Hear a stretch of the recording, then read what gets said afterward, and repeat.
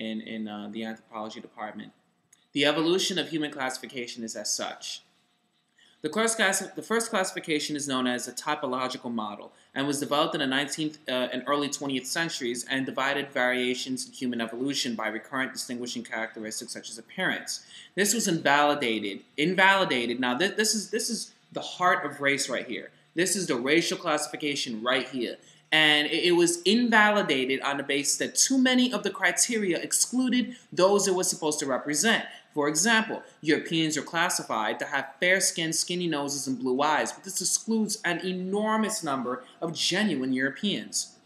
And many proposed races have base characteristics from one ancestry, but distinguishing characteristics from another, appearance. The second classification brewed in the early 40s and was based on shared characteristics between the populations that have bred amongst themselves for extended periods of time. Called the populational model, it was discarded on the basis that populations that have bred only among themselves are rare and do not reflect real human evolution and variation, but rather idealistic human variation. The last prevailing means of classification is known as the clinal model, and it traces the gradual movement of genetic phenotypes from one region to another and has existed since the 60s. This has, on one hand, exceptionally contributed to the understanding of the human evolution and variation, but on the other hand, leaves no room for extracting classifications based on racial interpretation. What do you know? Race is invalid. Race is invalid from a psychological standpoint, from a philosophical standpoint, from a scientific standpoint. It is absolute nonsense. This is the first step. Once we come to understand the lies that are being conditioned into our minds, perhaps finally, we can move forward. Ladies and gentlemen, those who take the time to view my videos, to listen to my perspectives, to understand the concepts that I'm attempting to infuse our young, our old, our under and overdeveloped minds with, it's this. Look,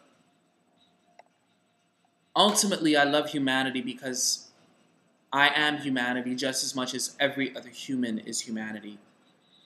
I want us to get as far as possible because that only befits me just as much as it befits anyone else.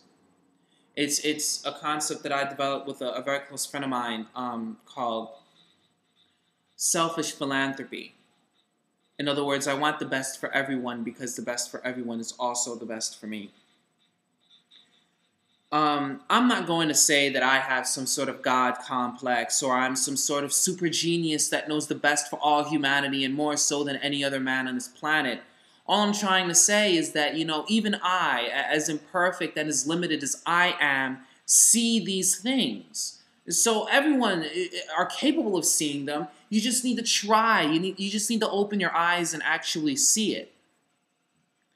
We're being manipulated, ladies and gentlemen.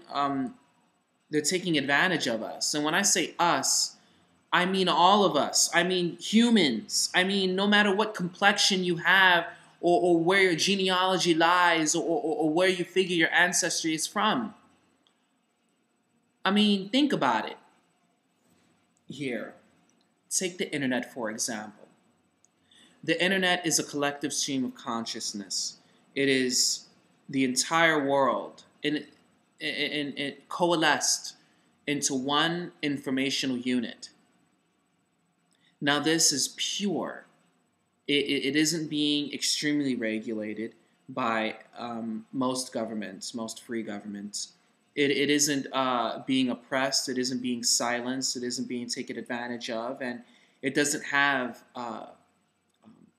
silly divisions, such as nationalism and race and all this. I mean, for the most part, you're not going to encounter that. It's not going to stop you from experiencing the internet in its entirety.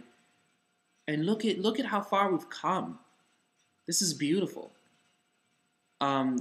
People from their own homes will express such ingenuity. I've seen amazing things on YouTube. I've seen things that I would have never ever seen if it weren't for YouTube.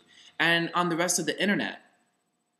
It's an amazing thing, and it's only because we're able to put our minds together and truly apply our passions and our thoughts without filtering it through the way people force us to think.